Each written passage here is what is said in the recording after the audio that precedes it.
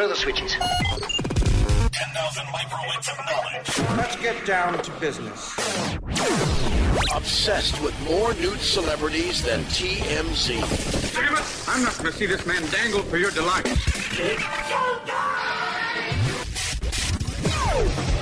You're listening to The Director's Cut. The nation's #1 show about The movies. Good movies. Nothing more and nothing, well, maybe less. Creating the idiot, one village at a time. The Director's Cut. Better than listening to Dead Air. You're listening to The Director's Cut. Yeah, you're listening to Director's Cut Radio. You know, each and every week we bring you the latest in Hollywood. This week we're going to be talking about Mike Tyson in a big fight. And we also have a cat that's like about to destroy everything in this house. He has jumped on like 3 different platforms of hell. I'm like, please stop. He's about to destroy everything. That's what's going on. If you're watching the video stream, you're watching Steph wrestle a cat right now, trying to keep him away as the dog is just sitting here hanging out. Hi, I'm Steph, and I'm going to let a cat out. All right. In the studio is Steph. Miss Harley Quinn 505, Steph Sugar on Instagram, and Suicide Girls, and the dog just ran. Oh, this is how the show begins. The cat comes in, tries to destroy everything. The dog is freaking out. Steph is out. So this is how the show begins. And on the phone to help keep everything sane and at least sounding more like a show is Mr. Chris Maloney. How are you, Chris? Hello there. Hanging in quarantine. How are you guys doing? Doing good. It's week. We don't care anymore. It's week something in quarantine. And we are continuing our everlasting staying home, staying alone, and trying to stay away from friends and family and whatnot. So that's what we've been doing for a very long time, as everyone that's listening has been doing the exact same thing. So we all are, no, we're not all in this together. I'm out. We're doing this on our own. All right? We're doing this on our own. Together, just apart. Yeah, we're all apart. At least 6 feet. Minus. Did you see the girl? What? You didn't. Well, you might have.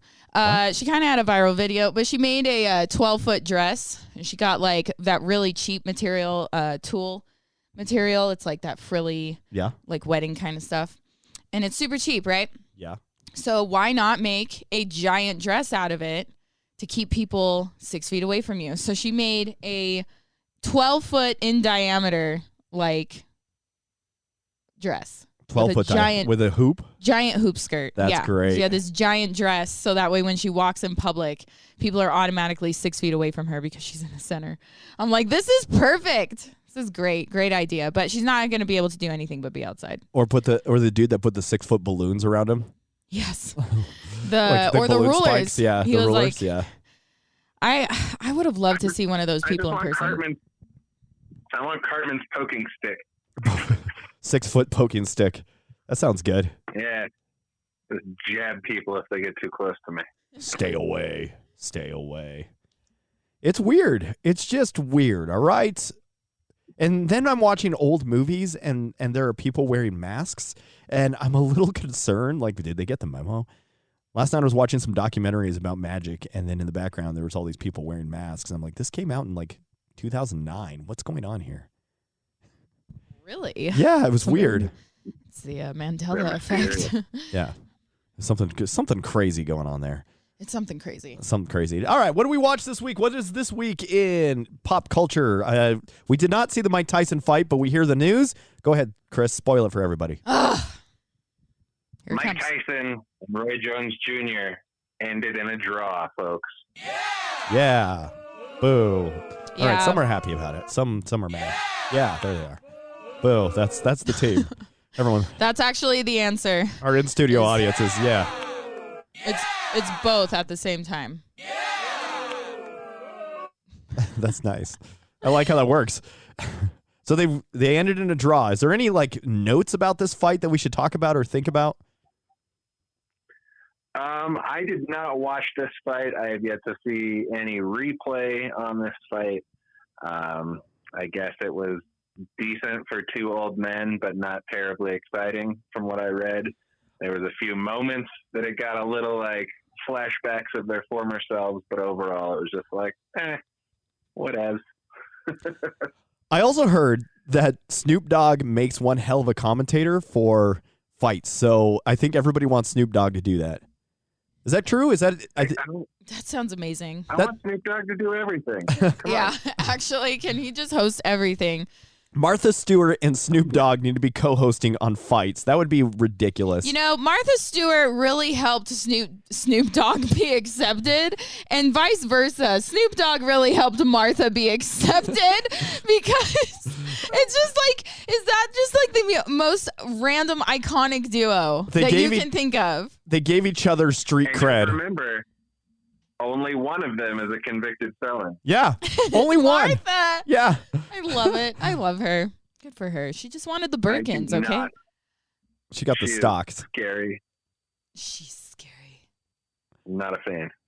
That's okay. That's all right. I got her knives. I got her knives from Sam's Club a couple weeks ago. They were like $39.88. And you got like 6 steak knives, and then you got a full set of kitchen knives and some kitchen shears, and it came in a wooden block. And I think that was a great deal. Yeah. Boy. They could be a little bit better. More like. I think they need to be sharpened already. Some of them. Yeah. Well, it came with a sharpener, right? Oh yeah, it did. Okay. Came with a little stick. So. That's what that is. Oh, look, Creek got her can opener. It was $24. Wait a minute. Well, can opener is half the price of what I paid for knives, a whole knife set. She should have just had a can opener come with the knife set. But she also came out with a matching, this is what I want for Christmas. A puppet, yes. No. Oh. I want the pots and pans set that matches, and they're Tiffany blue, and it matches the knives that I got that are Tiffany blue. Can someone text me that? It's like $80 for the set. I'm going to have to go to Sam's Club and get it. To remind me to put it on our wish list. Yeah, we're just going to go and pick up the pots and pans because I've been doing my more cooking and stuff. And I'm just like, you know what?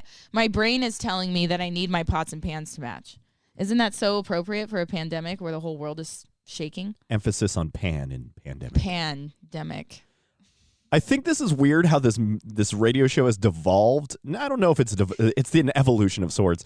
We talked about pop culture. We've talked about Mike Tyson. We've talked about everything. We have a hot girl in lingerie hanging out.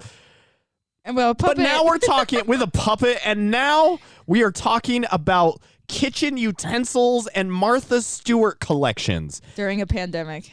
This is the most awkward change in the show in the past 20 years. But they're here for it. Look, we've got a new guy, Viking. Are they down? Hi. We've got a new guy. Hi, Viking. You look new. Welcome to the show. We're going to pick on you a little bit. You're on a radio show.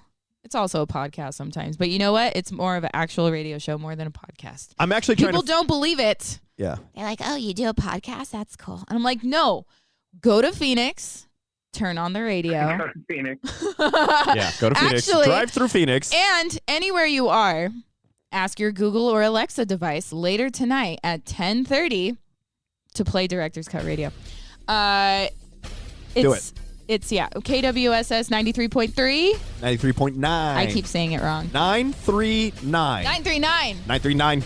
939. 93.9. And then you'll hear this whole entire show without the visuals tonight. Yeah. So a lot of people are missing out. They're watching the Suicide Girl stream in the mornings. I don't know. Find out how you can be part of the show. Just go to directorscutradio.com. Let's take a break. We'll be back with more from Directors Cut Radio with that show about movies, and we have puppets and stuff. Dropping your average IQ since 2005. I don't know what you're saying, but that's what's going on, yeah. The Director's Cut. The directorscutradio.com. 10,000 microwatts of knowledge. You're listening to The Director's Cut. Without microphones, we'd still live with our parents. When the stars come out to shine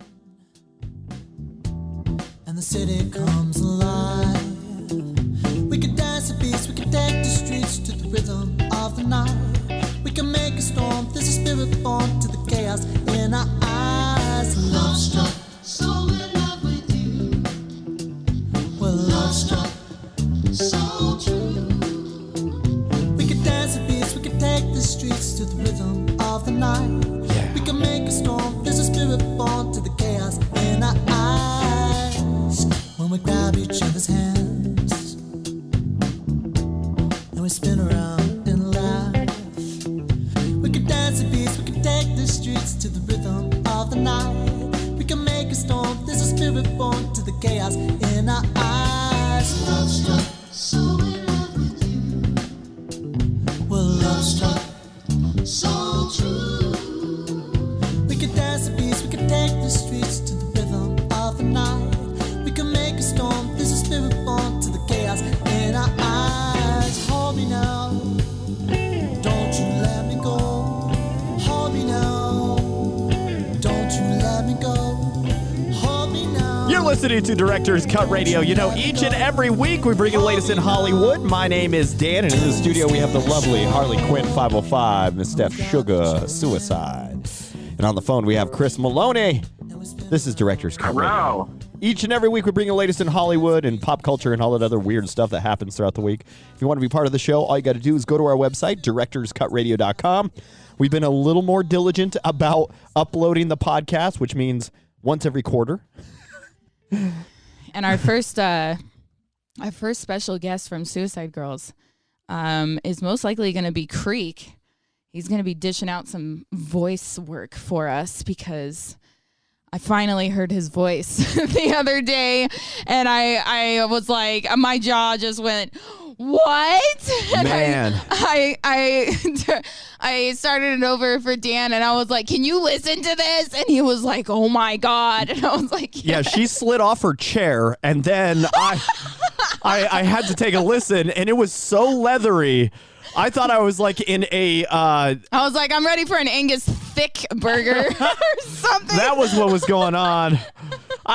His voice was so leathery and thick. I thought I was in like Dan can do like deep. Hello. Yeah, Dan can Hello, do how deep are stuff. you? But like, I think Creek is just a teeny bit deeper. No, he's deeper. He is deeper. I had to give him some credit. I was like, he's damn, got that, like, girl. He's got that deep voice. Yeah, he's got that like cedar wood. That Boston that Boston bass. He's been outside a lot.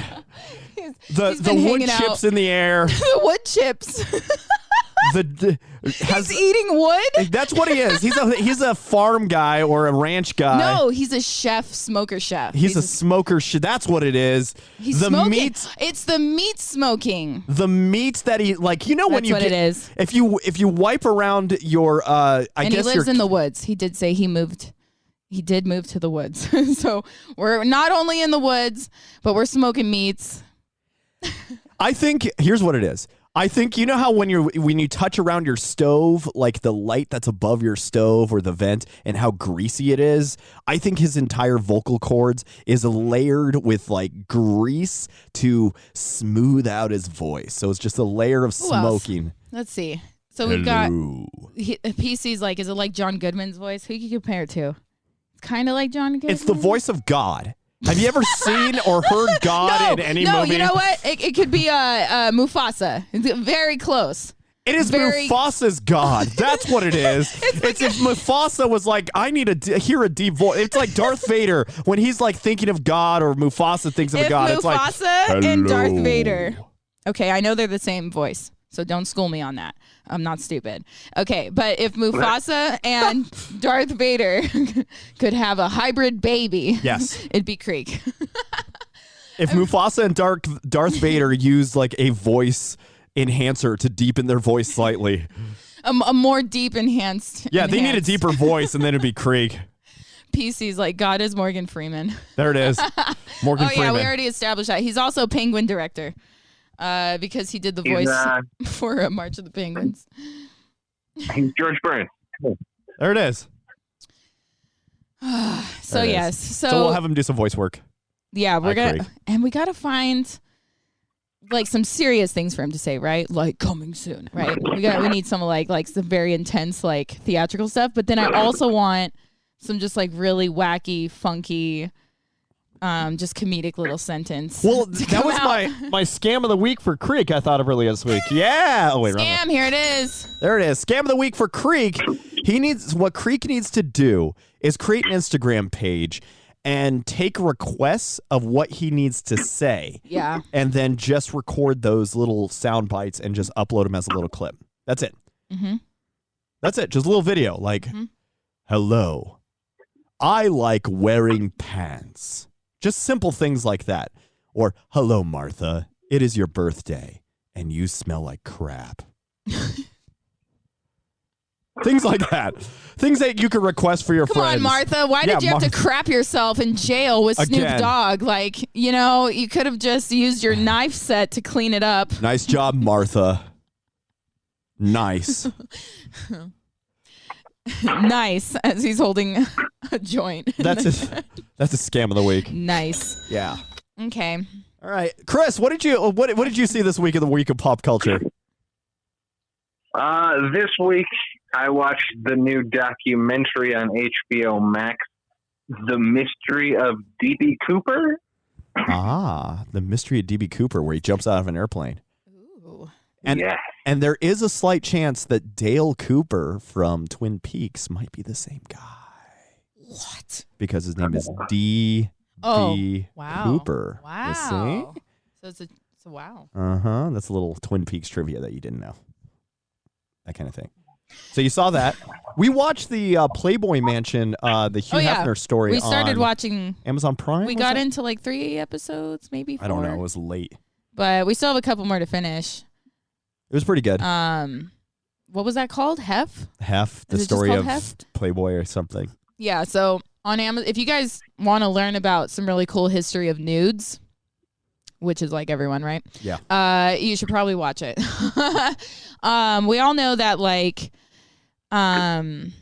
what's her face? Holly Madison? Holly Madison? Is that her name? The girl next door? Isn't it? Is it? Isn't it? I guess that's her name. Or I guess that's her name.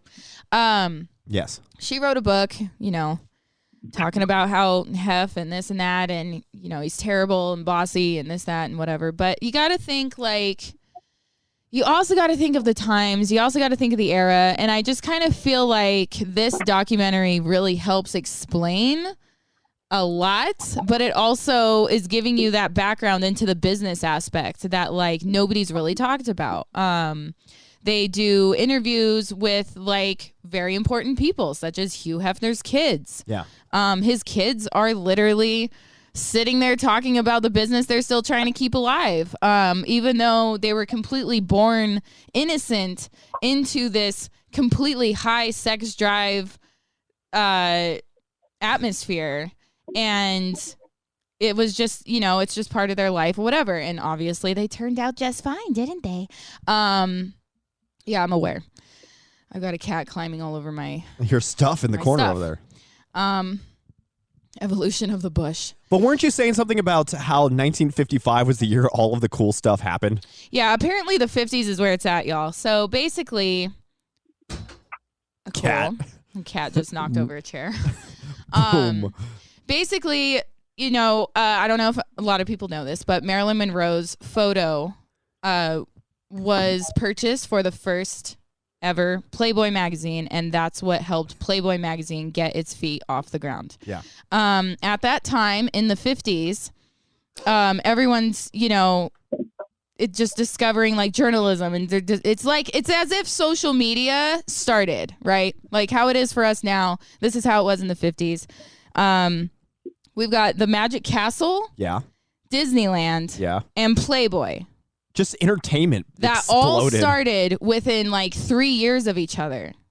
Magic. And some of them even the same year. And same with McDonald's, Blake's, Lottaburger. Like I think all those too, yeah. It was 1952 was a big year. And it's really weird how, like, that little era of the 50s, early 50s, so much started changing, and like here we are 70 years later, and it's just kind of happening again, and it slowly died. Well, it's reinventing itself because it's a new form. Because so when Playboy came out, he's freaking out that TV just came out. Yeah, because TV came out a couple years later, or like the year, like where it became kind of standard. Yeah, it was like very close by. So then you come out with the Playboy Club, and then you're just like, cool, we all got these clubs. It's a really cool documentary to check out, especially if you're like, a avid person of liking women and liking culture of learning about sex and normalizing the history and education behind it. And it's part of our bodies. It's how you got here. It's how I got here. Grandma got freaky. Yeah, and it's just, it's hard to picture Grandma getting freaky. But at the same time, if Grandma was a Playboy model, don't you want to learn about it? Yes. So it's pretty cool. There's a couple more episodes I definitely need to watch because we did not finish it. But it had those cliffhangers at the end to where it like makes you want to watch the next episode, and then you're just like, oh my God, I'm exhausted, but learning so much. Yeah. So yeah, I mean, there's a couple messed up parts. Yeah. I mean, everyone's got life going on, and you mix polyamory into the 1950s. That's what's really wild. Is he just like went all out and constantly being like picked up and trying to get thrown in jail, or we haven't gotten that far yet because they were starting to get into the nitty-gritty of how he was actually being like charged for making a magazine with nude pictures, even though he bought the rights to the photos.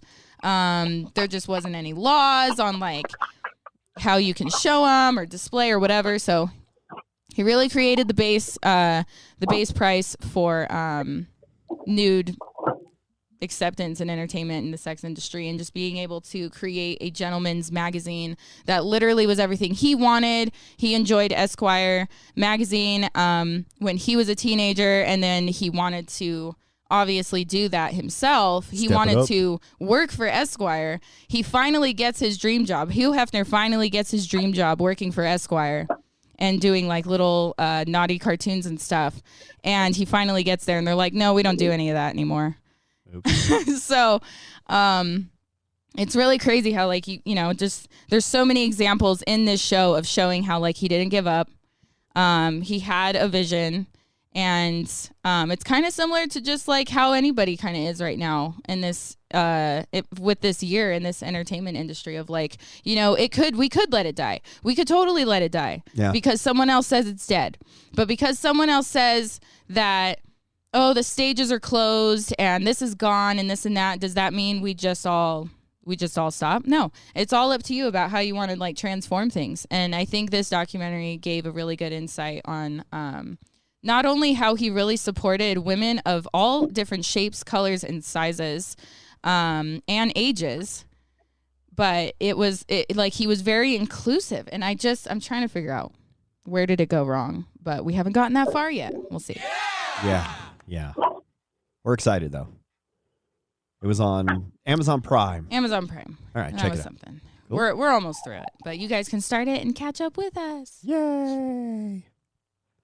Anything else did we watch? We watched the new How To with John Wilson. Oh, yeah. That's always just funny. Yeah. That's a good show. It was How to Split the Bill. How to Split the Bill. Yeah. Oh, my God. That was a good one. I like that he figured out that he can just write off everything by putting it in front of a camera. Oh, that's smart. Hold on. Let's take a break. When we come back, we'll talk more about How To with John Wilson and Director's Cut Radio, how we're going to make a lot of money. Maybe we can be like Playboy. We have a cute naked girl. I've got a lot of friends. You got a lot of friends? Yeah. We know how to write off of everything we film. And we'll take a break. The Director's Cut. Offensive, obnoxious, disgusting. You want me to go on? Insulting listeners since 2005.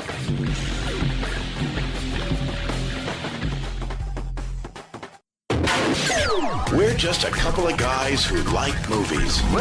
It's strange at times to work with. They're insane. But, always fun. The Director's Cut. It's just fun!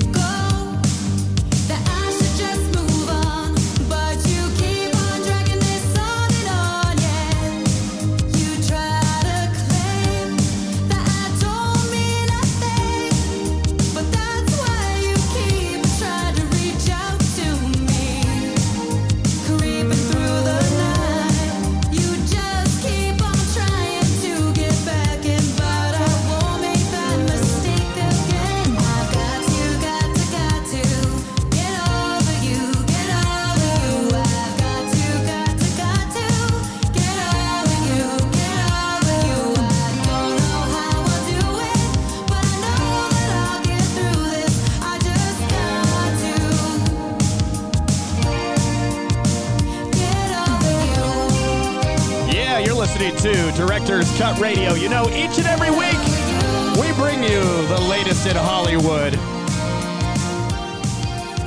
The music you're listening to is what? My Toxic Addiction? Is that what it is? Toxic Suicide on Suicide Girls doing the song. This week, we've been talking a little bit about everything but the Mike Tyson fight. I guess we'll do that in the next segment. I forgot to play the Mike Tyson song. I wanted to play that. I am Mike Tyson. And we'll talk about the Mike Tyson fight, even though none of us saw it. So we'll talk about it anyway. That is the quality reporting you get from Director's Cut Radio, is that we make stuff up and we act like we talk about it. That's pretty much it. In the studio, we have the lovely Harley Quinn, 505, Steph Sugar Suicide. Hello. I am currently streaming on Suicide Girls like I do every Sunday for the show, but I also stream Friday, Saturday, Sunday, Monday on just Suicide Girls itself if you want to see more of me. Nice. So you're on there all the time, and then Monday you do a live show from their Facebook page, correct, for about an hour? Called Monday, their Facebook page. I have my like Monday spot at 6 o'clock sharp. And now that I got my computer all updated and whatnot, I missed out on last Monday, and I was pretty sad about that, but it's okay. Her computer was messed. Yeah, it just kept turning off and overheating. But now we've got this new update. I updated the camera software, and there's no more bugs and windows popping up saying, "Hey, there's an issue. We're gonna report it." Now it's fine. On the phone, we also have Chris Maloney. How are you, Chris? Hi there. Hi there, Maloney. I play Mario Kart every Tuesday night and Thursday night. Oh, yeah. On Nintendo. If anyone wants to play Mario Kart with us, you better drop that info in the comments or send us an email to directorscutradio@gmail.com. Yes. And we can give you the info so you guys can play with us. We like to do Tuesdays. We do Tuesdays We most totally often. forgot about Thursday. We were going to, and I don't know what happened. I think we started, and then we just, what did we do that night? No, we watched a show or a movie. Or it was a food coma. Like, I have no idea what happened this week. This week was a food coma. Yeah. I had a job interview on Wednesday. Oh, wait, Creek is like, what are you guys doing? We play Mario Kart, Creek. So if you want to play Mario Kart with us. On the Switch. Chris is the one that orchestrates this to happen at 7:30 is when we start. Is that usually the time? Okay, so 7:30 our time, which would be 9:30 your time. Let me just put it this way. If you think you're good at Mario Kart, think again once you play against Chris's friends. I'm just going to have to say that. If you think you're good at Mario Kart, you are absolutely wrong.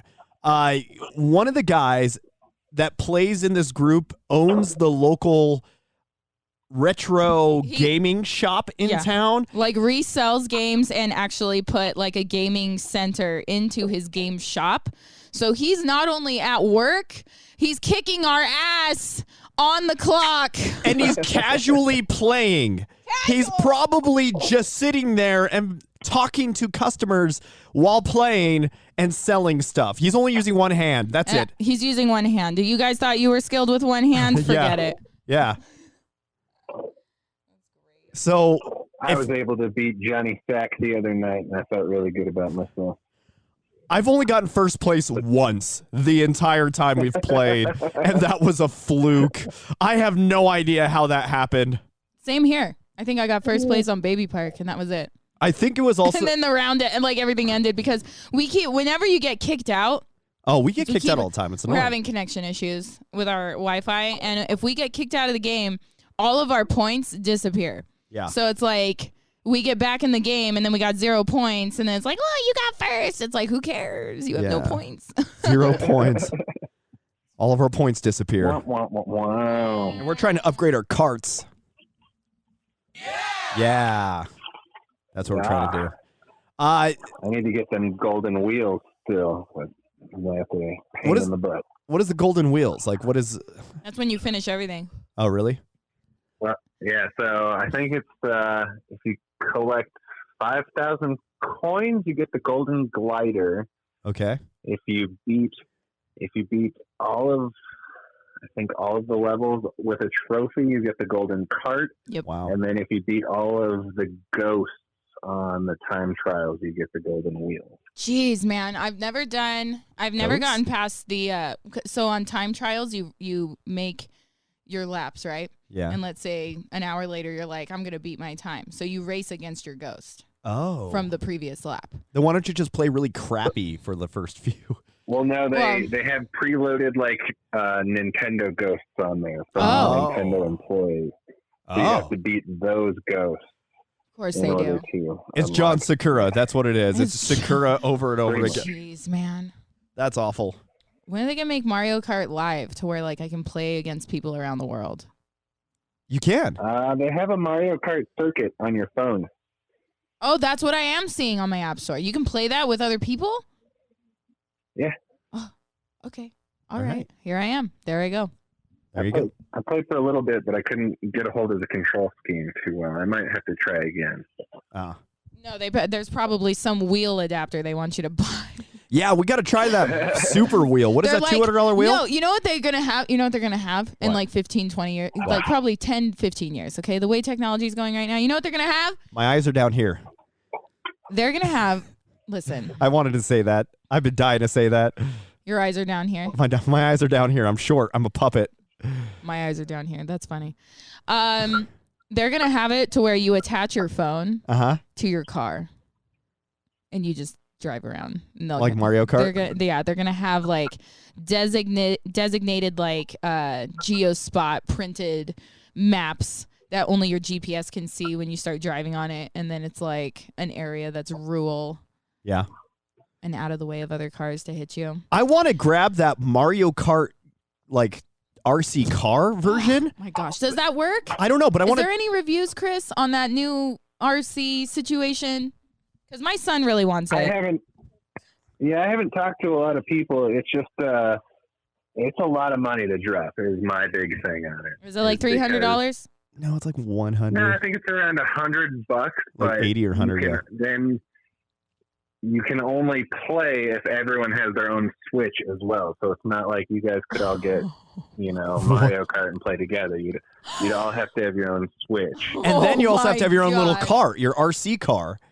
So you have to buy an RC car. You have to buy a Switch. Like $300-$400 there. So we've reached a whole new level of gaming. Yeah, but I want to play it over at the press club with the wooden floors and the different levels, and we could put ramps going up and down stairs. That'd be amazing. Yeah, I'm sure it could be really fun, like in the right setting. Yeah, UNM would be sick. Throw some bananas out. Real bananas. Yeah, and turtle shells. We'll just have turtles walking around. Yeah, let's go buy some turtles from Petco. That'd be great. And then shell them. I almost bought a tarantula yesterday because they were on sale for Black Friday. They were 25% off because we have a case. Because it was missing a leg? No, it was all there. 25% off. No, that would be 2 legs. 25% off. That'd be 2 legs. Oh, I don't know. Because they have 8 legs. Listen, I tried making a joke, not an answer. That was great. It was a good joke, but your math was bad. When the when the joke dies because of bad math, that's awful. She's just shaking her head. She's given up. She hates it. Steve's outside barking. He hates it. He hates it? All right. Well, that's what he gets. That's what he gets for being the dog out there. This week we saw How To with John Wilson. Yeah. And we were talking about how to split a bill, and that was a pretty funny episode. I was busting up laughing out loud with some of the video clips that he puts. The show is very boring, but the clips he puts makes it hilarious. Because if you just listen to the audio version of this, I think you would probably be bored. That's my thought. Because he's very dry. He's very simple about what he says. He gets to the point. But then his video clips kind of match what he says, and they're hilarious. Yeah, no, this show would suck for my dad because he's blind. Oh. But didn't we recommend it to him for him to check out? Hey, Dad, watch this show. Well, you know what? He'd actually like this show because it's well lit. The type of movies my dad has a hard time seeing are movies that are like dark. Like you figure Dark Knight, literally dark. But any of those movies that are Halloween. like Logan, like my dad could not see any of the Wolverine movies, and he was really sad about that. And Hulk, the Hulk was a dark one.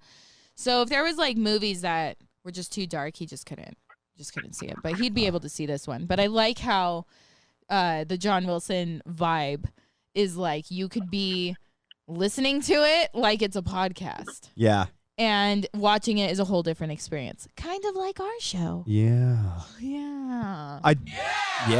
I do like how it ends with going to a ref dinner and all hell breaks loose at that dinner.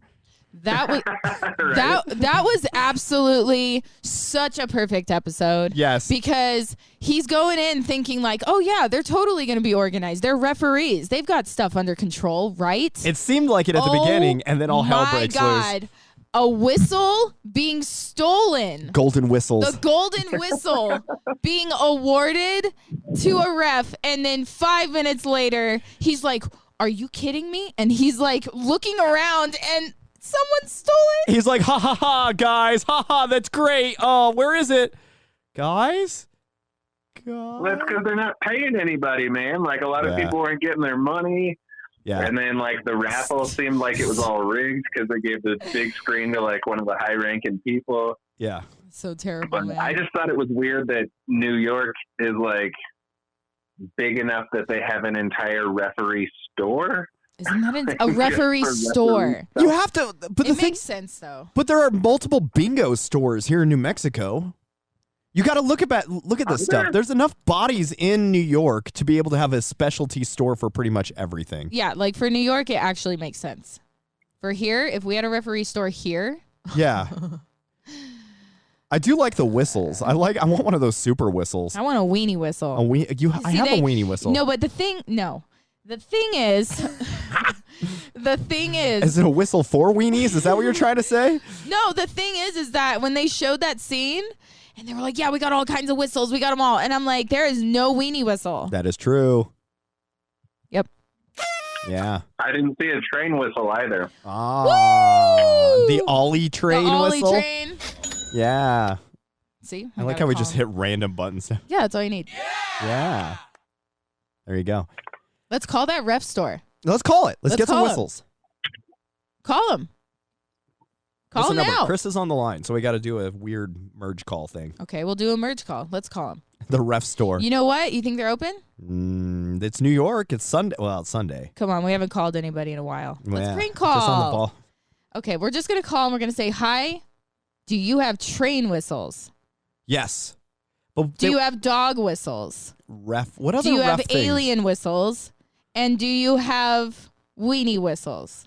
Train whistles, dog whistles, ref whistles. Yeah, we gotta hook 'em We'll in. do it in the segment. We'll do it in the break. I'll call them, get them ready. Actually, Right. no, we'll call them in the next segment. That's what Okay, we'll do. should we call? Yeah, we're about out of time on this segment, so we'll do it in the next segment. If we got 5 people to tell me we should call, then we'll call. All right, 5 people. All right, I need then we'll 5 call. yeses. I'll wake these people I need up. one of these whistles. What else did we watch this week? Chris, what else did you see this week?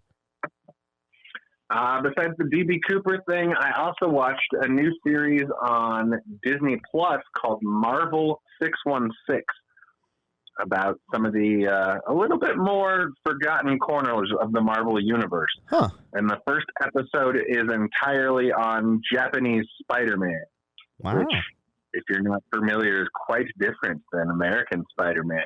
And it gives you the whole kind of backstory of how that happened and how it came to fruition. And kind of just an interesting look behind the scenes and their business and how they conducted themselves in Japan back in the day and trying to get Spider-Man to a wider audience. So it's Marvel 616, which is the number of their universe on Disney Plus right now. Isn't that mech Spider-Man, the one that's like in a giant mech suit? He does have a giant robot. That's what I meant. Much okay. like the Power Rangers, and I guess it was one of the first transforming toys. So they claim that they kind of inspired the Transformers with that. He also had a really wacky looking car, just so they could sell more toys, you know? Ah, okay. All right. I'm down with that. I remember seeing what the Toys That Made Us about Transformers, and it came from a different spot, but okay. They could take claim for that. They want to put a flag in that. That's a weird flex. Right? I guess you can do whatever you want. Claim whatever you want, but We're maybe Disney. it came out slightly before Transformers. Maybe. Yeah, they'll be like, oh, it was all us. We transform. All right, so we're going to take a little break.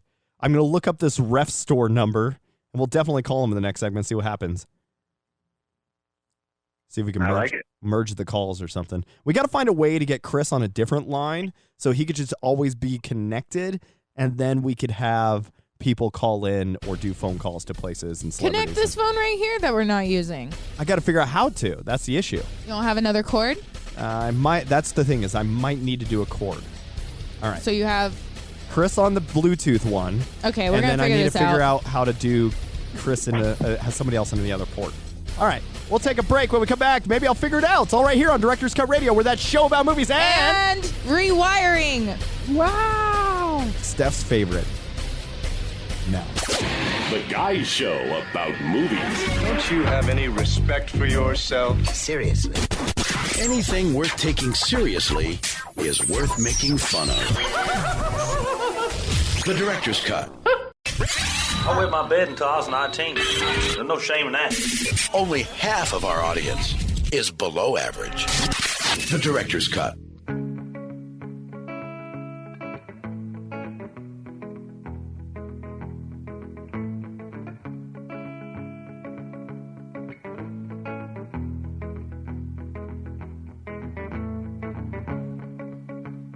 Take back what you said. Oh, those empty promises we made. I see the way you look at me. Oh, the love in your eyes, how it's changed.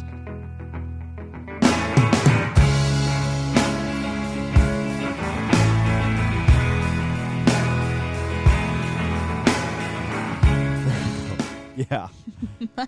You're listening to Director's Cut Radio. You know, each and every week we're bringing the latest in Hollywood. My name is Dan. And I'm Steph. And on the phone, we have Chris Maloney, I think. Chris, you there? I am here. Yeah. Nice. Now we have an open phone line. It's working. So that people could call in and we could call people. And speaking of calling people, all right. We were, before the break, we were talking about John Wilson's, is it HBO Max? Show. Series. Yes. And the newest episode is Panty Ninja. He's like, oh my God, can I call in? Hold on. Yeah, everyone's excited now. Oh God. Yes, we just got we just got our call-in line figured out. But there are rules if we let people call in. There is no bad words allowed. Yes, because this is a radio show. And there's also a millisecond delay. So there just needs to be space in between things. Anywho, so the latest episode, John Wilson's in New York. He lives in New York. He wanted to know about what is fair about splitting the bill. He observed a bunch of couples splitting the bill. And splitting up. Or friendships are depleting because they feel guilty about paying the extra 10 cents when they shouldn't have or something. You want your Director's Cut Radio hoodie. If we could get some hoodies. Oh, we should get some hoodies. We we'll know do it. some screen printers and stuff. But I send out stickers, magnets, and buttons. How much would you pay for a hoodie? Every time I send out a package, there is Director's Cut Radio merch in there that we have right now. Average. But yeah. They would pay average for a hoodie. Yes. I mean, hoodies are about, 35 to 50. Yeah. Hoodie is $50. Is that what they said? Yeah. Okay. We could get one made. What size do you want? We got to figure out phrases too. We got to figure out which phrase of ours from the show would you want on there too? You could put the logo. I want a hoodie. I should get one for the puppet. Yeah, he should really have a little. Large. He wants a large. Okay. Large hoodie. Large. We're already There making we go. orders. If we have an order for a hoodie There we now. go. We got an order. We got to figure it out. So we're going to call this referee store right now because Grab the phone. John Wilson decided the best way to figure out how to split the bill is ask a referee. So what are we calling the referee store? So he goes to a referee store to find a referee. She's calling it. And I want to call this store because in the episode, they had all kinds of whistles because it's a referee store. This is the store that he went to. They are closed today, but who knows? Because of the pandemic, maybe they're just answering the phone. Yeah, maybe they'll still answer. And I want to ask them if they have a train whistle, a weenie whistle, or a dog whistle. Okay. All right, call them. Let's see what they say. I'm calling. Oh, yeah, Chris Maloney's on the line. Oh. Everyone be quiet. Everyone. All right, you talk. Hello. Hey. Hey. We need Creed to call. Hello. Yeah, I don't think they're going to answer. Oh, I thought that was someone answering for a second. Yeah, there. it was like... What? Do they have a voice messaging service? They're open tomorrow. No. We'll call them tomorrow then. Okay, so this other store, when I Googled referee store. Ref. Ref. This is another one. This is called a Big Five, right? No, it's called Paragon Sports. The first one was called Referee Store. Referee Store. Yes, they have a couple of 1-star reviews. Why? Probably because they don't have weenie whistles. Read the review. Let me see. I'm only seeing 5 stars, so someone must have covered their butt. They hit it. All right, Paragon Sports. We're going to call them. They are open. Let's call them. I mean, it's not a referee store, so I'm kind of bummed out. So I kind of want to call the other one again tomorrow. We'll call them and then we'll record it. Tomorrow. Okay, 212. It's called Paragon Sports, and it is in New York, New York. There we go. Ta-da. I like how we're just calling random people now. Yeah, this crank yankers to the max. With puppets.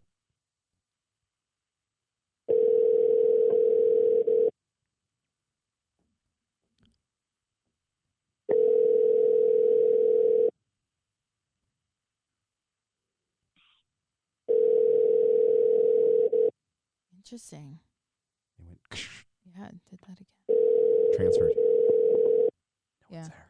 It's Sunday. Well, it's Sunday in Corona Land. Thank you for calling Paragon Sports. We're now open daily from 11 a.m. to 7 p.m. They should be open then. We're now open for indoor socially distanced shopping. We're now offering our youth seasonal ski lease program by appointment only. You can reserve your spot on our website at paragonsports.com. All right. Well, nobody wants to sell me a weenie whistle. No. All right. Well, we tried. Is this a whistle for weenies or shaped like weenies? When you blow the whistle, do weenies show up? This Wiener is the dogs. Oscar Mayer weenie whistle that is mentioned in Santa Claus with Weenie whistle. Tim Allen. Yeah. My mom tried to steal the Wiener Mobile once. What? Yes, you Why? should ask her the story. Call All her right, and hold ask on. her. Panty Ninja has a question. So you know what? Do you want to have him call in? He's going to call in. Give him the number. Type it in there so that nobody else calls, so it doesn't call throughout the week. Yeah, no, I'm messaging him. All right. If you want to call in, here's the special number. All right. So my mom actually tried to steal the Wiener Mobile once because it was parked outside and they leave the keys in it. And she climbed in and realized. Excuse me? Yeah. She did what? Call my mom and ask her about the weenie whistle or the Weenie Mobile. She almost stole it. Because she's nuts. You know my mom. Oh my gosh, Panty Ninja's page is like not loading. Oh, maybe it's just the internet. It's the internet again. All right. Here we go. I'm sending him the number. I'm giving him my digits. Digits. If you get the special number. If you get the number, just call in. We answer. Sometimes. And Panty Ninja has a. All right, we'll see how it goes, and then you just has an connect it. opportunity now. He just got. Oh, my live ended. Uh-oh. What the hell is going on? Hold on. This is all going downhill. It's okay. It's okay. We only have a couple seconds left in the segment anyway. At least we tried to whistle. Good. Well, then you can give him the number after. We could do it during the break. No, I gave him the number, so if he calls. Okay, cool. All right. But yeah. How was Thanksgiving in general? Yeah, Chris. Thanksgiving was fun. I mean, a little bit different this year because we all just stayed home, at least in my family. I made the mistake of going to Keller's like the day before Thanksgiving. Oh, no. That's not a wise move. Trying to get your meats. But had to get some meat. Got a big old flank steak, and I made some fajitas. Ooh. I'm not a big Thanksgiving food guy. Same here. I just want some Mexican food or some tacos. All right, we're going to take a break. When we come back, we got more from Director's Cut Radio. Sorry to cut you off, Chris. One podcast, one radio, lots of insanity. The Director's Cut.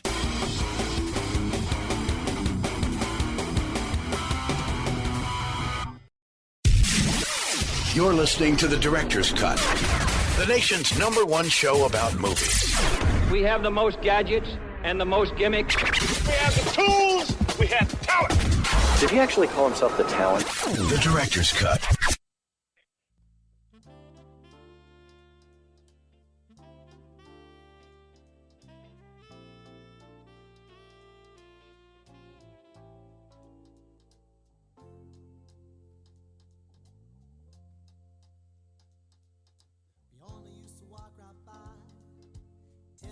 Each other's eyes, but now we call each other late at night, talking till the morning light, so we better keep it under wrap. Gotta know when to cap. It's so hard to hide the love we have, a love we never had. Never thought I'd be with you. You told me it's the golden rule, it's better than the other rule, but I keep it wrapped up too.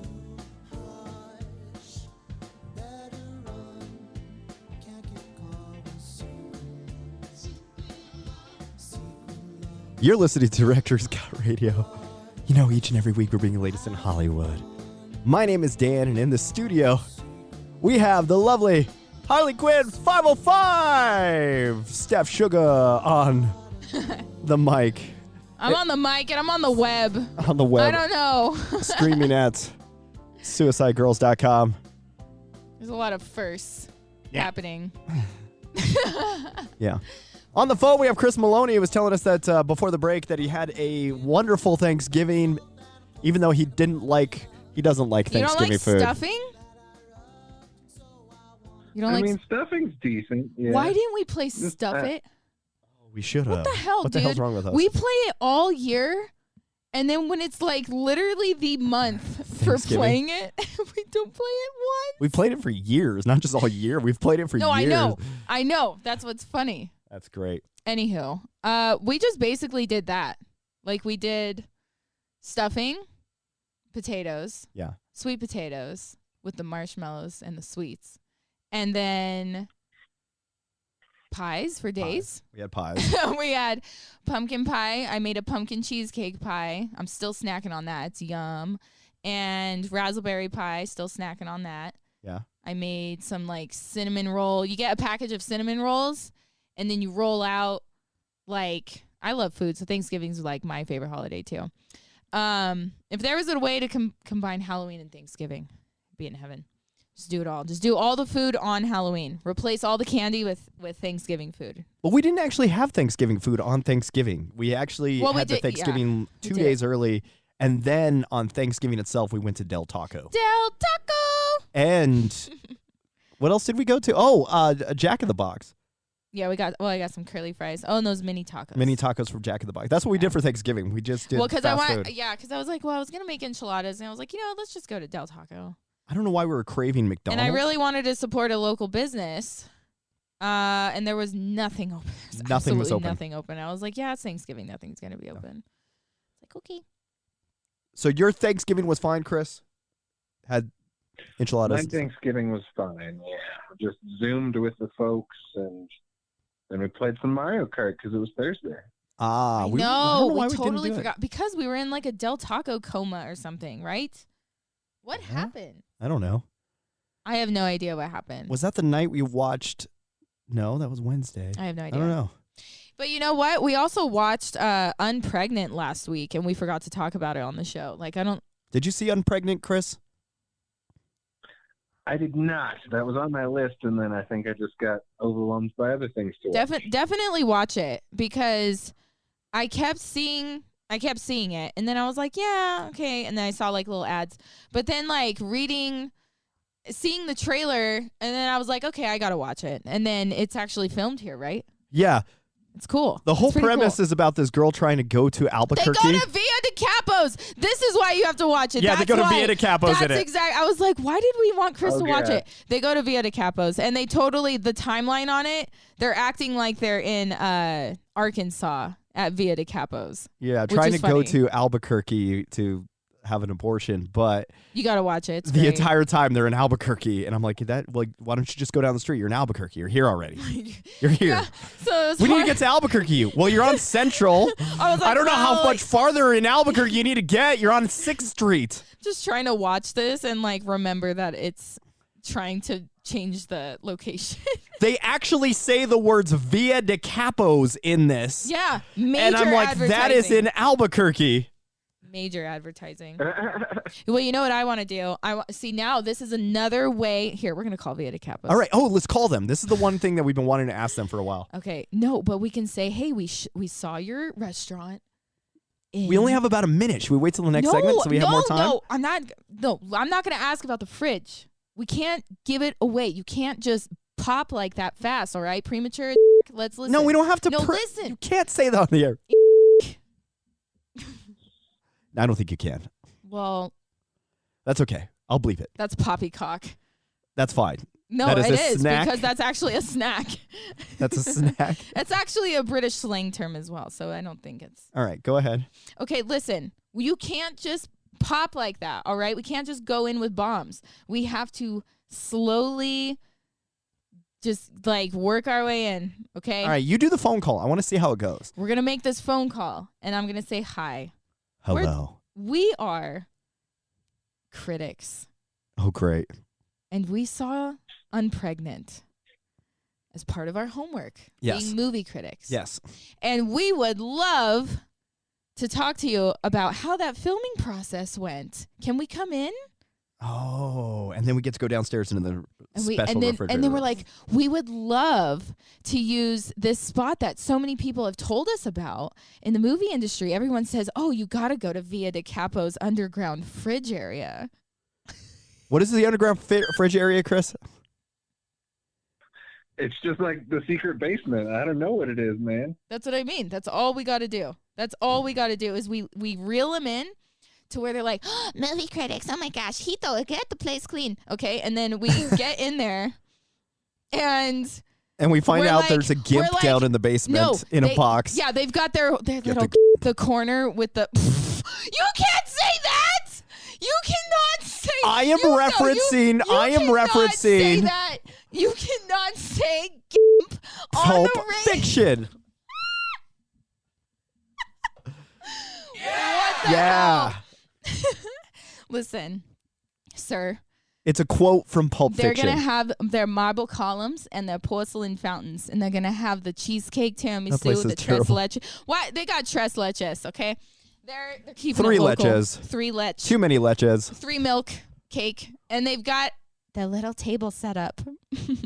And they're going to be like, hey, do you guys want to sit here? And we'll be like, no, we would love to go downstairs to the basement where all the secret meetings happen. Yeah. We got to find out. That's it. And then just watch their face drop. Let's get body cams. They're $100 a cam on Amazon, right? We were just Yeah. looking at them the other day because my Oh, ex-husband yeah, we were thinking is about it. my ex-husband is an absolute psycho. On top of my kid is starting to be a psycho because of the pandemic. I think everyone's kind of losing it. No, he has no friends. He's losing it. All right, we're going to take a break. We'll be back with more from Director's Cut Radio. When we come back, we are going to call Via de Capos. Maybe we should get our listeners to start doing like We're crane gonna place calls. an order. Crane calls for us to places and record them and send them to us. That's what we need. So we don't have to do all the work. We're going to do a Zoom call. All right, we'll do that. We'll take a break. When we come back, we got more from Director's Cut Radio for that show about movies and whatever the hell else we come up with. Dropping your average IQ since 2005. I don't know what you're saying, but that's what's going on, yeah. The Director's Cut. TheDirector'sCutRadio.com. 10,000 microwinds of knowledge. You're listening to The Director's Cut. Without microphones, we'd still live with our parents. I've been the craziest. I've been outrageous. The vicious, the most destructive fighter ever lived. Mike Tyson, an international star, a warlord to strip your heart out. And guess what? I'm Mike Tyson. I'm Mike Tyson.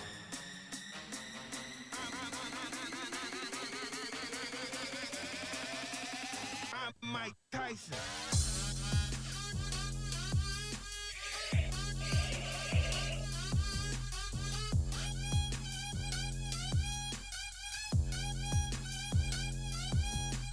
I'm Mike Tyson. I'm Mike Tyson. I got to hear the good line, though. I'm Mike Tyson. Lend me your ears. I'll eat them all up. I'm Mike Tyson. Here it comes. Here it is. The vicious, the most destructive fighter ever lived. You just knocking people out. I just put you to sleep. I'm Mike Tyson. I'm Mike Tyson.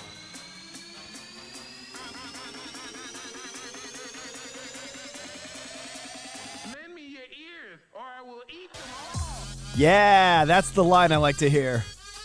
You're listening to Director's Cut Radio. You know, each and every week we bring you the latest in Hollywood. My name is Dan, and in the studio we have the lovely Harley Quinn 505, Steph Sugar, Suicide, streaming live on Suicide Girls. On the phone we have Chris Maloney. Gotta turn this down. Yo. Hey, Maloney. What up? Yo, Maloney. Malone. It's like Maloney. That's it. We just need to make him a postman so he could be Post Maloney. That's what we need. That's what we're going to do by the end of quarantine. That was something I have vowed to make happen. Post Maloney. That's my quarantine vow. No? All right.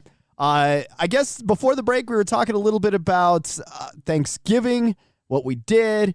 I like having tacos and Mexican food. So does Chris Maloney. And then we were talking about Via de Capos. And then we had I was going to get to that too. But we were going to get to Via de Capos, which is the small Italian restaurant around the corner. I just looked up their menu. And? Well, they're closed. So we were going to call. And now they're not. Yeah. So we'll call tomorrow. We'll figure it out. But they're charging like $8 for some cheese sticks, y'all. Are we going to do that? Do we need $8 cheese sticks? I had some bougie cheese sticks there. And it's just bizarre to me. It's just bewildering that they're just down the street. And I'm like, how come we have not eaten there? Because it's not good. I know. I ate there like 10 years ago, and it was not good. But I went with my dad a long time ago, and I don't remember it. I just remember being there. It's like an experience because of the marble columns, the porcelain fountains, the fake leaves, the stale like fountain water. It's like, and then the smell of bleach, and maybe plastic, and then Italian food, porcelain fountains. What Scarlett Johansson has a really good skit with what's his face? I forgot his name. I don't remember. The guy that you helped him do the skit for at KOB and all that. What's black hair and the glasses? Damn it. Can't remember Yeah, I his just name. completely spaced it. He was in Jay and Silent Bob. We watched that too. Jay and Silent Bob. He was just in reboot. Jay and Silent Bob. We can never remember a name when we need it. But anywho, Scarlett Johansson's skit on SNL where she's like the Italian mobster daughter for the porcelain fountains and marble columns. And Fred Armisen. Fred Armisen. Yes, thank you. There it is. I can't say it any differently after seeing it. And my initials are SNL. So it was kind of like I felt like I had to watch SNL. You had to be part of that. Because they're like, okay, guys, put your initials on the bottom of your art project. Uh-huh. And every time they would hand them back out, they're like, who's SNL? There it is. It's great. Hey, Steve's losing his mind, so I'm going to go open the door. Out. Yeah, you got to go do that. Yeah. We Okay. got Chris Maloney this week. What do you want to talk about? What movies do you want to review or anything? Really, the only movie I watched was The Mystery of D.B. Cooper. Okay, let's talk about that. This week on HBO Max. If you're not familiar at all with the story of D.B. Cooper, It is the only successful and unsolved plane jacking. Like, got on a plane to the stewardess saying, "I have a bomb and I'm hijacking this plane," and proceeded to get $200,000 in American money and parachute out of the back of a plane, never to be seen or heard from ever again. Unless he died on the way down. It may be. We don't know. That's kind of the whole mystery about this. Is no one knows if he survived it, if he got away, if he died. No one ever found a body. Like, no one knows what's up. So it's kind of an in-depth look at all this, and they kind of narrowed down to about 5 different suspects who claim to have been D.B. Cooper, including someone just named L.D. Cooper and some other Coopers, and then some just completely random people. So it's kind of an interesting look at everything and how it happened, and talking. Unfortunately, none of the suspects that they list are still alive or anywhere that they can find them, so you can't really ask those people, but it's kind of all secondhand through their relatives and or spouses. And they do give some pretty convincing testimony and some evidence to support the fact that all of these people could possibly be it, or none of them could be it.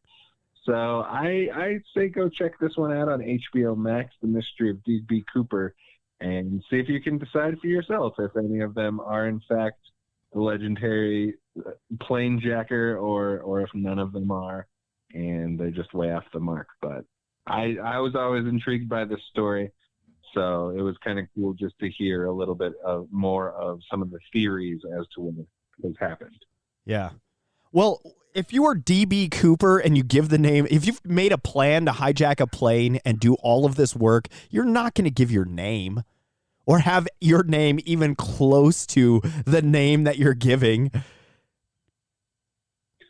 Right? You would think so. It's like, hi, my name is Dan Gutierrez. I'm here to rob this place. No, you're not going to do that. Why would you do that? Hi, I'm here to rob this place. What's your name? Patrick Duffy? Patrick Duffy. Yeah, that's what I would do. All right. But I'm curious about this case too. It sounds interesting. This guy sounds really, really smart, really well rehearsed and planned. He's never going to be seen from or heard from again. He's got his cash. He left. He's gone. Nothing. Although one of the theories is that he did it again and got caught. Oh. One of the guys that they did caught, it was like a few months later, and he pulled pretty much the exact same thing, but asked for $500,000 this time instead of $200,000. So that theory was saying that he did it, and then he went and lost all of his money in Las Vegas, so he needed to get more money, so he did it again, and they caught him.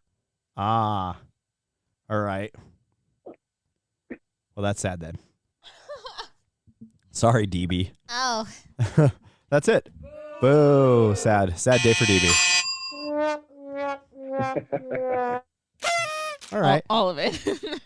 We also watched the Jay and Silent Bob reboot documentary. As if there's not enough. As if we were trying to find out more information from the Jay and Silent Bob movie. But we needed a more behind the scenes. I realize it's like Kevin Smith's swan song to his whole universe. And he was just one sad, I almost died, so I need to get all my friends together. And that's what happened. Yeah. Sounds about right. I mean, it's just the same thing that, Kiss and Motley Crue are doing right now. They just can't stop touring because they just want to see their friends. And friends being my parents, all right? Because they're just hanging out. They're just hanging out. Like, why is my dad saving... Okay, bye, Creek. Why is my dad saving $7,000 to take a photo with his friends? I don't know. And these people are paying So much money. And there's 100,000 people that show up to a Kiss concert. Yeah, just to take a photo with a band that they've been following for like 30 or 40 years. I'm like, haven't you given this band enough of your money? And then they're like, hey, they're going on their like 10th tour.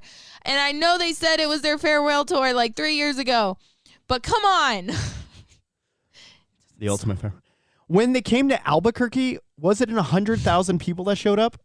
That was the busiest concert I have seen in a while. Isn't that like 1/7 of the population? Yeah. No, Kiss is great. Of Albuquerque? But listen, like, remember how many people were standing the whole concert? Like, that's how I was raised. Yeah. My parents were like, you don't sit. Like, I literally could not sit at concerts because it was seen as like disrespectful, which is weird because in Japan it's complete opposite of America. Like in Japan, you're not supposed to be loud and you're not supposed to be standing. It's wild. It's wild. It's supposed to be quiet. Yeah. Shut up. But now actually Japan loves rock music because of us having cams. And Can't say that. Well, I did. Got some editing. Yeah. But yeah, basically, we brought the rock and roll, and they are keeping it alive. Japan saved the legs. They're keeping it. They're keeping it alive. They're keeping hair metal alive. Yeah. Tower Records is literally alive because of Japan. Yeah. So, that was a great documentary too. Tower Records. That was good. Yeah. What else did we see this week? There was like a couple of. We also watched Xenon. We watched Girl from the 21st Century, the Disney. Because I wanted Dan Plus. to watch it because it was a very important like Y2K movie of my time, and it was on Disney Channel. Has a little section now on Apple TV on Disney Plus. So I was like, no way, the Disney Channel original movies, like that's all I watched. I didn't really have these stupid little shows that kind of existed after like The Sweet Life of Zack and Cody and all these weird little shows came out. So Xenon was like a really big deal for me.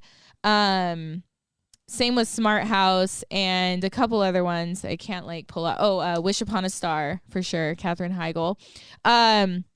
So Cetus Lapidus.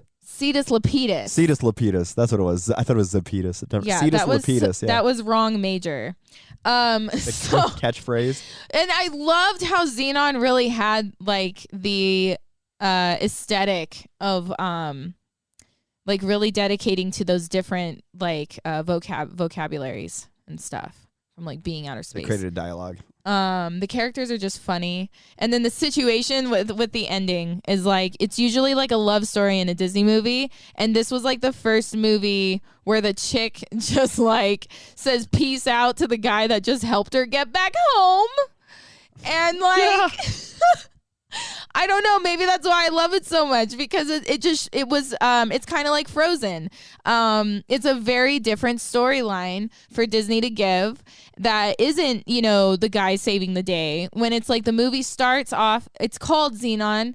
She's at the beginning, middle, and end, and that's it. And there wasn't, you know, there wasn't some character to like take that spotlight from the main character, I guess. Yeah. So I wanted Dan to see it, and he did. And what did you think?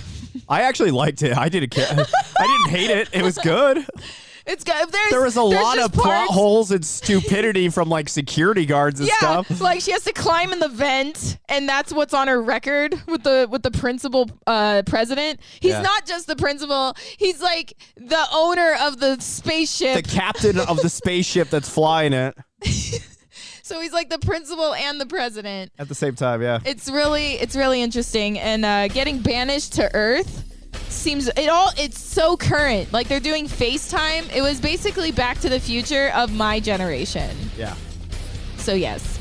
Oh yeah, Dan is gonna dance. We dance. All right, we're gonna take a break. Zoom, zoom, zoom. Make when my we come heart back, go boom, boom. we will. My supernova girl.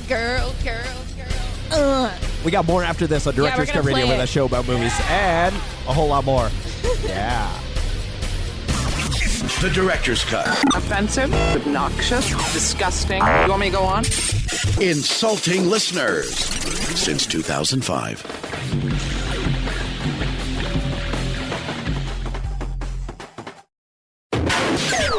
They're just a couple of guys who like movies. It's strange at times to work with. They're insane. But, always fun. The Director's Cut. It's just fun!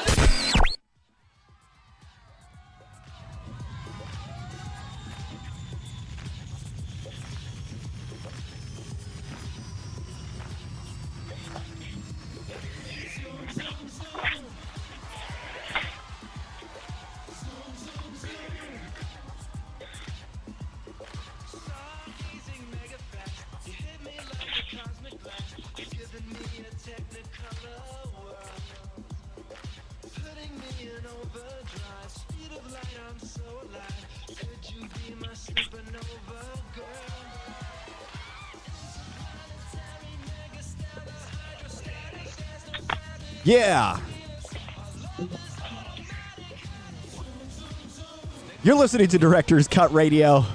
You know, each and every week we're bringing the latest in Hollywood. My name is Dan, and in the studio with the Zoomies, we got the lovely Harley Quinn 505, Steph Sugar Suicide on suicidegirls.com. With the Zoomies. With the Zoomies. And she's also on Instagram as Harley Quinn 505. The next time... The next time that the cats or the dog have the Zoomies, we gotta play that song. Yeah, I'm gonna record it, and I'm just gonna get when we take Steve to the park and he's running like 60 miles per hour at the park. That's funny. Well, I'll record it. Throwback. I'll be your Elmo. On the line, we have Chris Maloney, our man from the comic book shop. How are you, Chris? Doing well, sir. How are you? Doing great. This week, we've kind of gone through some of the movies that we watched. Is there anything else that we missed out on, Chris? Anything that you've watched that you want to kind of mention? No, I was just kind of catching up on some of my series this week. So, they took Chappelle's Show off Netflix, though. So sorry, guys, if you were getting into that. That's sad. Is there a reason why, or has it just been up there a while? Out of the time? Dave Chappelle asked them to take it off. I guess he wasn't getting fairly compensated for this and was not approached to ask permission in the first place to do this. So they agreed and took it down. Wow. All right. Anything else in the news? Mads Mikkelsen is joining the cast of Fantastic Beasts and How to Find Them, replacing the fired Johnny Depp. Wow. He was fired. Yeah. His career kind of hit a wall after the Amber Heard stuff. Well, it's like we can't tell. It was hitting a wall before that, though. Yeah, I think true. Amber Heard was the final nail in the coffin for him to really go downhill, but he's with his exes. Like, my mom can tell you the juice if you want to call her. Wow. Because my mom dated Johnny Depp and says that I'm his child. There's a slight chance. And so I'm like... We need a DNA test up in this house. Well, yeah, she keeps it all hush-hush around my dad, but then my dad just like, whatever, man. Like, he would get all mad when she would talk. Yeah, when she would talk about it.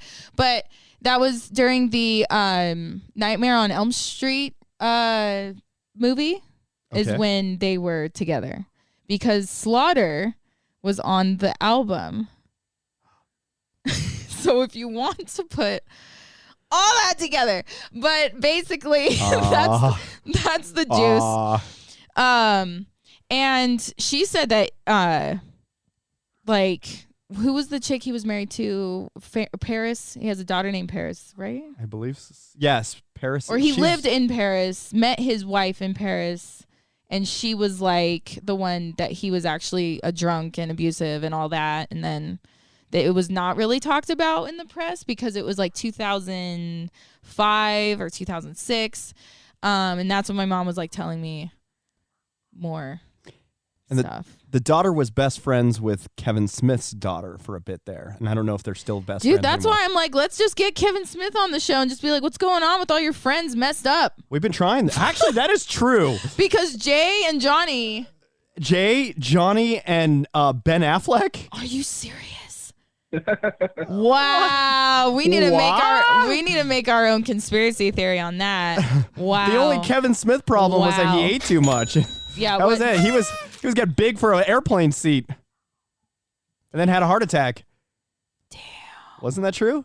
Like they asked him to buy 2 seats, and then he like panicked, and then immediately had a heart attack like a year later or something like that. Dude, if we call my mom about this, 2 years later, but 2 years. Okay, but it was near. If we call my mom about this Johnny Depp stuff, What, Too Fat to Fly? Wasn't there a? She's gonna act like Cher on on Letterman. She's gonna be like, I'm not talking about this. She's gonna be like 1-word answers. She is not gonna talk about that. She doesn't want to go on the radio about this. Don't tell her we're on the radio. Oh, yeah, right. Right. We'll just be like, hey, we just have a question. Okay, Hi. bye. Goodbye. We are a one-party state, so we only need one phone call. All we need is one permission, which is our own. Let's ask her. Do you want people to call in, or do you want to do this? Yeah, are we really doing this? Let's just ask her. All right. We would just ask her. Let's just be like, hey, you've done movie stuff, right? Okay, so let's lead my mom in with, let's talk about Stephen King and The Stand, because my mom was an extra for that, downtown Fremont Street. I guess I was down there too. Hold on, let's call her. We're going to figure this story out. And so we can talk I'm going to be quiet and let her talk this out. Yeah, we can talk about how my mom got to meet Stephen King and all this stuff and had a fun time, and Slaughter was involved in that. Oh, Slaughter was on that album, I think. Okay. And but your dad's going to be on the phone too, doesn't he always jump on? We'll see. She knows how to walk away. Oh. Remember, he's blind. He can't go fast. This has become the most insane show. We're calling. What's going on? See, she's concerned. Hey, we're on the radio. We can edit it if you mess up, but don't cuss. So we have some questions. Okay. Okay, we were just talking about Stephen King, and I remember you saying that you were like an extra for The Stand. But if you want to fill us in on that. Actually, Uncle Mark was the person that was in it, and our friend Bill Corso, was under the direction for the special effects makeup, and he did the makeup for character Ruby D. He did the makeup for Matt Frewer. Was Billy the one that would do magic tricks backstage? No, that was a different guy. Billy did the special effects makeup, so he was. His name is Bill Corso, and he does special effects to this day.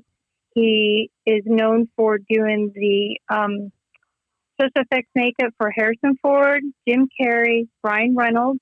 He did the last 2 Ryan Reynolds movies. Deadpool. That movie called Deadpool. Oh, that one movie. Whatever Ryan Reynolds did. And look at Bill Corso on IG. Yeah, if you look at Bill Corso on IG, and then on Instagram. So, Uncle Mark has a relationship with him, and so that's how we all hung out with him, and so between him and then Jess Arnell, who does the Animaniacs. Okay. Who's now doing Animaniacs again. And he's still doing Animaniacs because the Animaniacs reboot just came out for anyone who's not. Can we get him on the show? Can we? It's on Hulu with 6. It's on Hulu with 6 new episodes. So yeah. But the thing with Stephen King was that was filmed downtown Las Vegas before they built where it's all enclosed. John Landis was the director.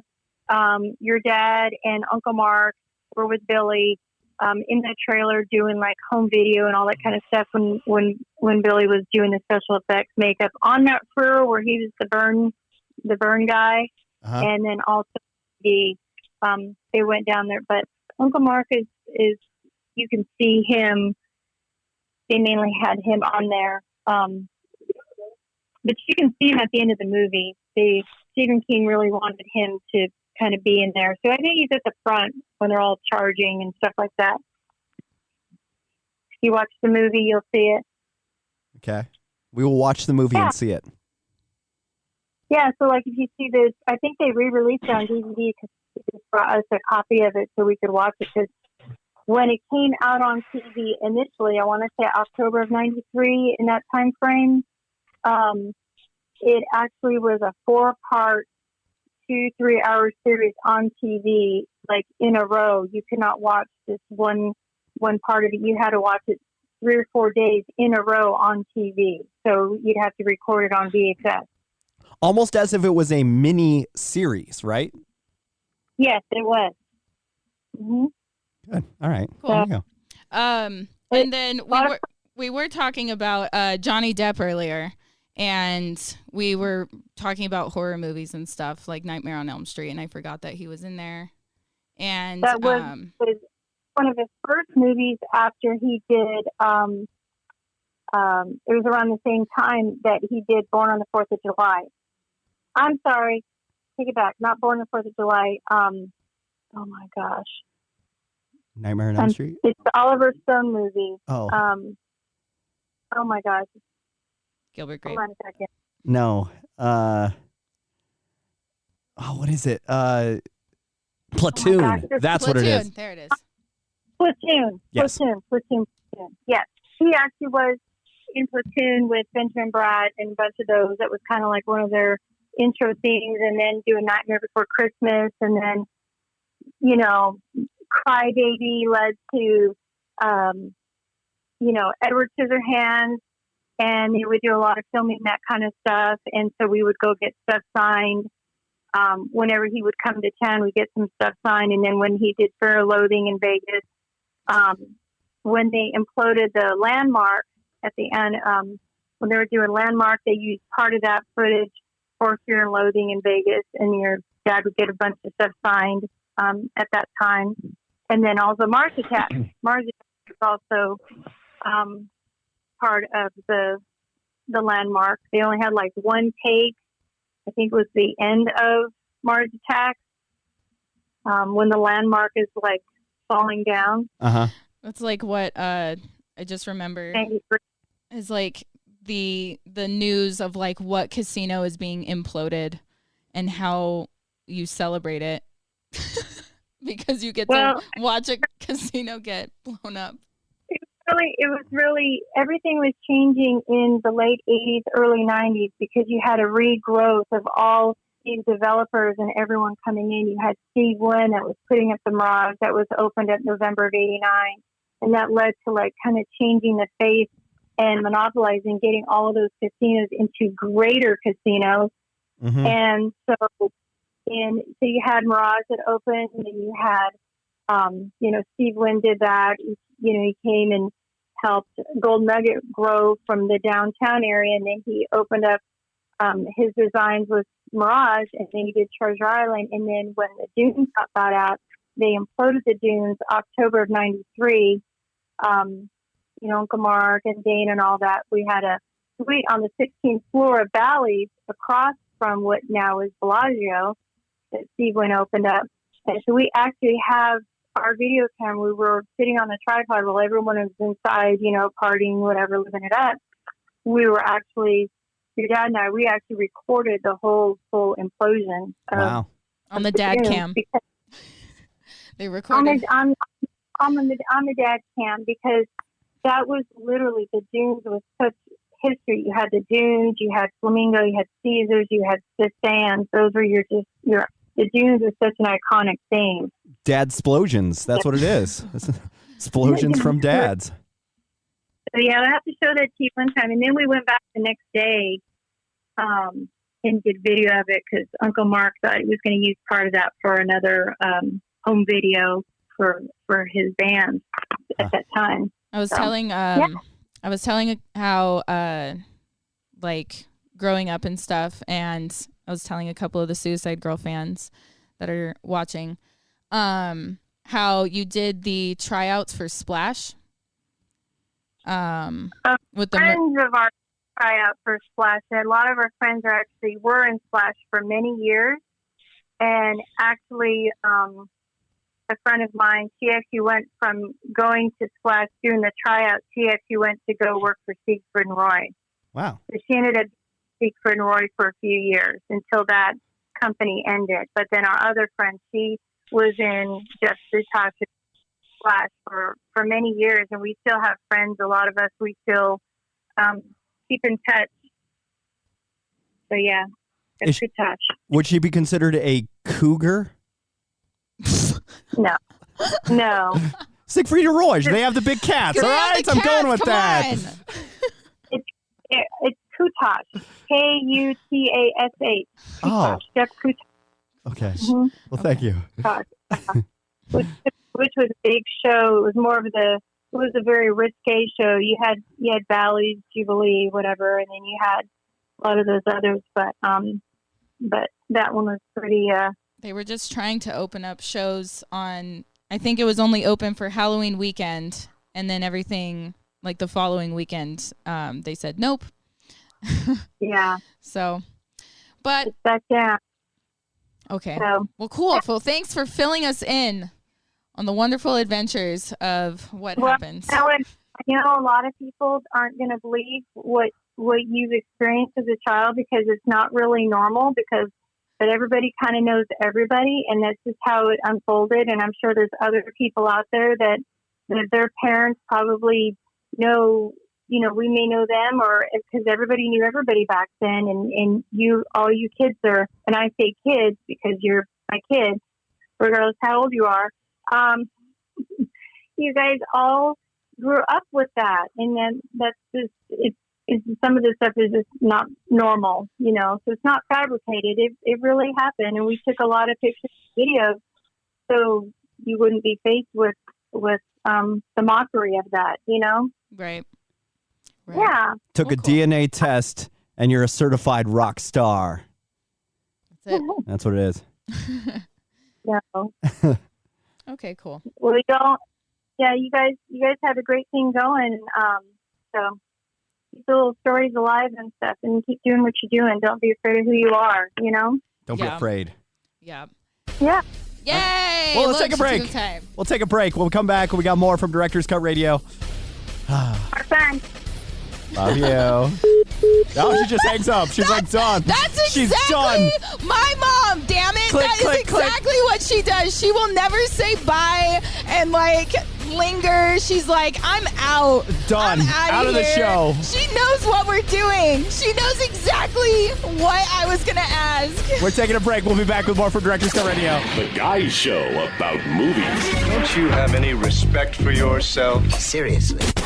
Anything worth taking seriously is worth making fun of. The Director's Cut. I wet my bed until I was 19. There's no shame in that. Only half of our audience is below average. The Director's Cut.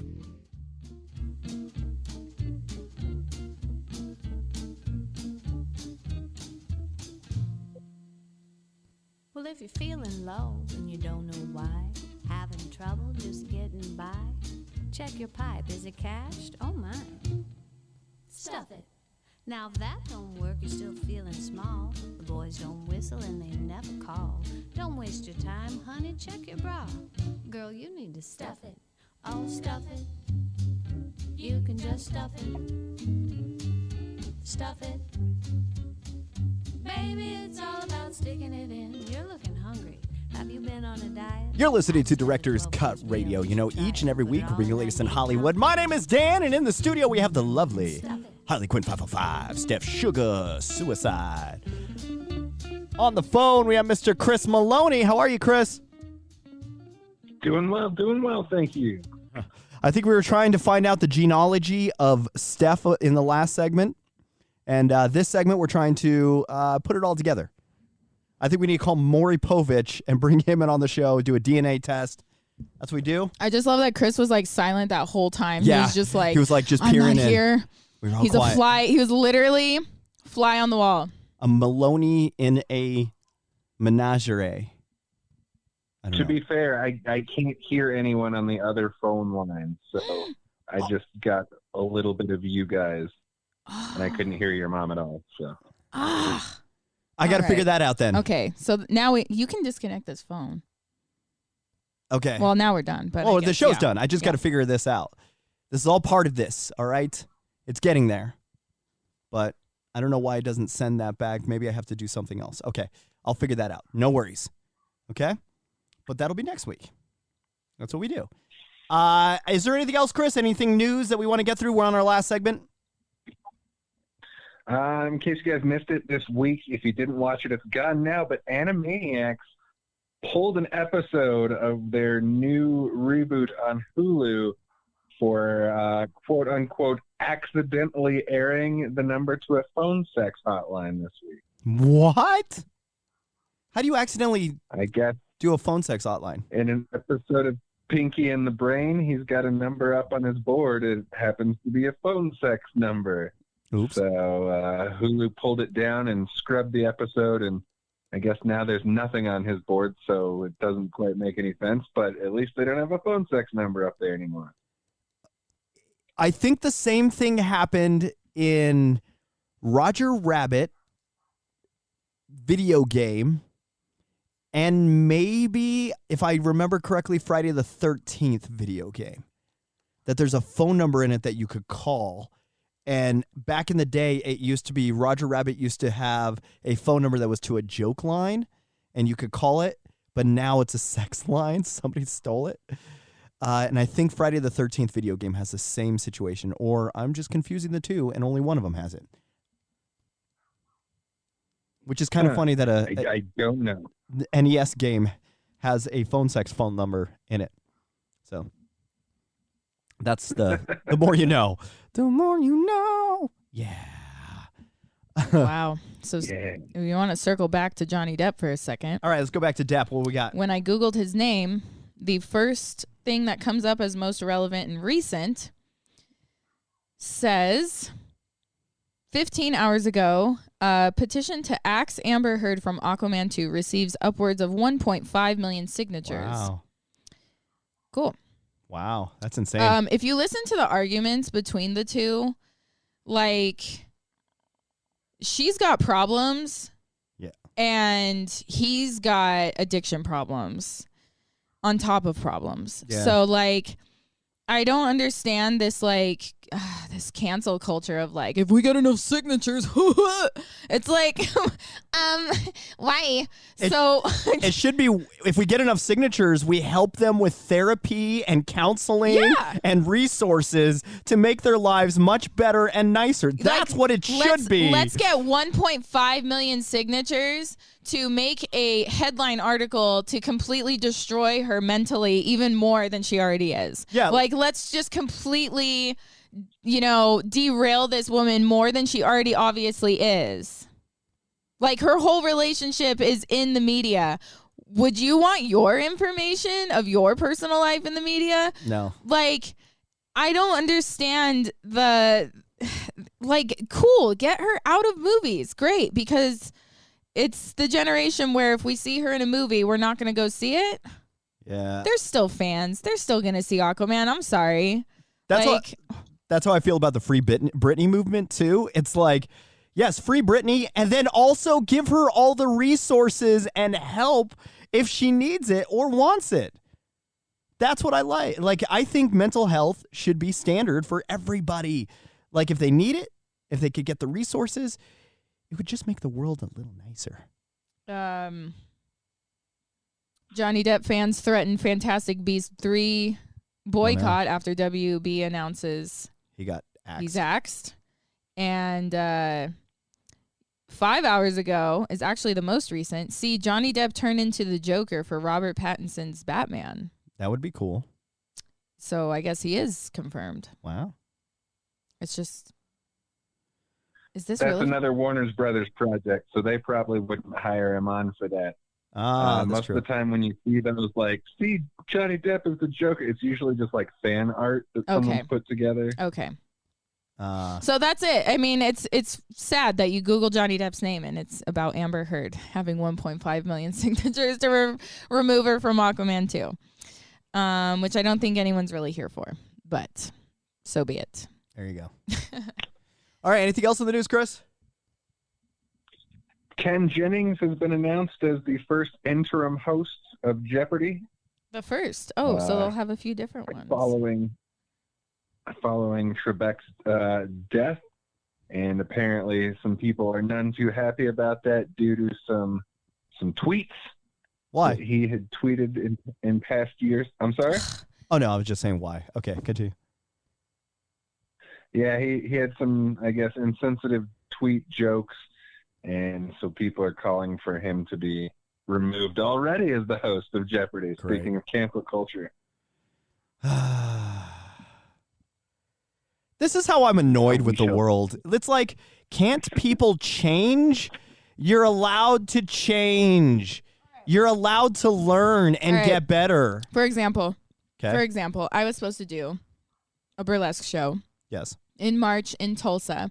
And obviously, stuff closed down. Burlesque show doesn't happen anymore. This is Tulsa, Oklahoma, the place where the first Trump rally was held. Do you think that is a safe place? I'm not saying, running out of town. but there's a way to say sorry and be a better person by the end of the day, okay? There's a way to not put people at risk during a pandemic. And I think if that guy apologized, I'd be okay with it. Yeah. You know? Why are we canceling everything? Why are we canceling everything? All right, we want to thank everybody for being part of the show. Thank you, Steph. Thank you, Chris. Thank you, Steph's mom. That was Director's Cut Radio, that show about movies. The Director's Cut. That was wonderful. So good, even your neighbors had a cigarette. TheDirectorsCutRadio.com.